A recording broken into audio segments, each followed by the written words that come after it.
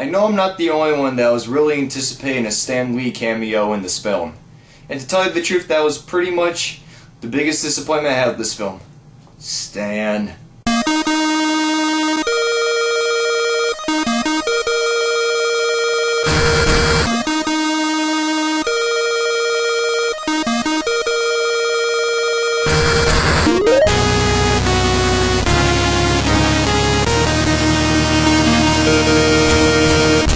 Alright, so now we're on the X-Men train again, this time with X-Men First Class. But before I start my review of X-Men First Class, I'm going to give you guys a rundown of my thoughts on the series itself. First two films, which are directed by Bryan Singer, awesome. X-Men The Last Stand, okay. And I'm going to be truthful to say that I like to live in a reality where I pretend that X-Men Origins Wolverine never happened.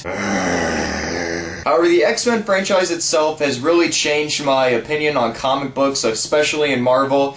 I mean, come on, I got a poster of the film right here. I'm wearing a Deadpool shirt right now. I mean, come on. Could I be any more of a nerd right now? This time around, we get an origin story of the backgrounds for Charles Xavier and Eric Lehnsherr, aka Professor X and Magneto. They both band together amidst the near events of the Cuban Missile Crisis to form a team to take down Sebastian Shaw, played by Kevin Bacon, who is an evil mutant and has his own team, in which he's trying to thrust the United States into World War III with the Soviet Union. Performance-wise, this film is fantastic, and the strongest parts are definitely between James McAvoy and Michael Fassbender, who both play Professor X and Magneto respectively, both doing an amazing job. They have a very magnetic chemistry on screen together, as you can really see that they play very well off each other, and they really dig into the characters very well. You become very invested within all these characters in this movie. Everyone from Jennifer Lawrence to Nicholas Hoult and even to Kevin Bacon, who did an awesome villain in this film,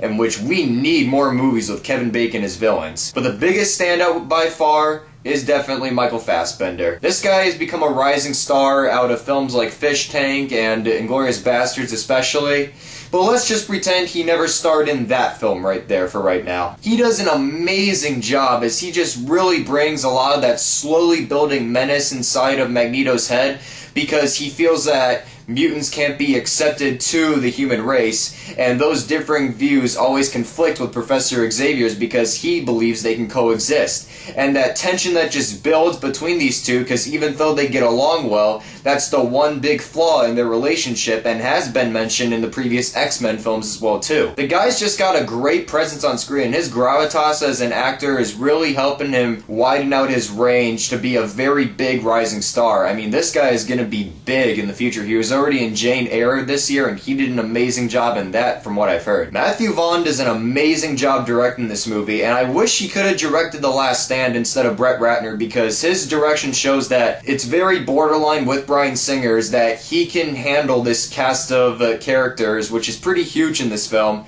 and he gives them all an equal amount of time. He takes a great amount of time to develop them, and I really like the origins in the beginning between Xavier being young, and then when Magneto was young, when he was in the middle of World War II, because he was part of one of those prison camps. And Vaughn's direction is very stylish in this movie, as the 1960s setting really adds on a lot of new flair to the franchise, because the previous ones always took place in present day. But since this is an origin story, it gives the film a lot more of a style to go off of. Like, some of the costumes that represent the era are magnificent. The visual effects are awesome, and every scene that involves Magneto just using his powers to try and defeat people, awesome as usual. Is just like Ian McKellen was in the other X-Men movies. This is such a strong summer film, but also a very strong X-Men film at the same time. I had a very fun time with it. I'm going to give it a very strong 4 out of 5 stars. So I hope you enjoyed my review of X-Men First Class. If you like this video, subscribe to my channel where you can check out more of my reviews, and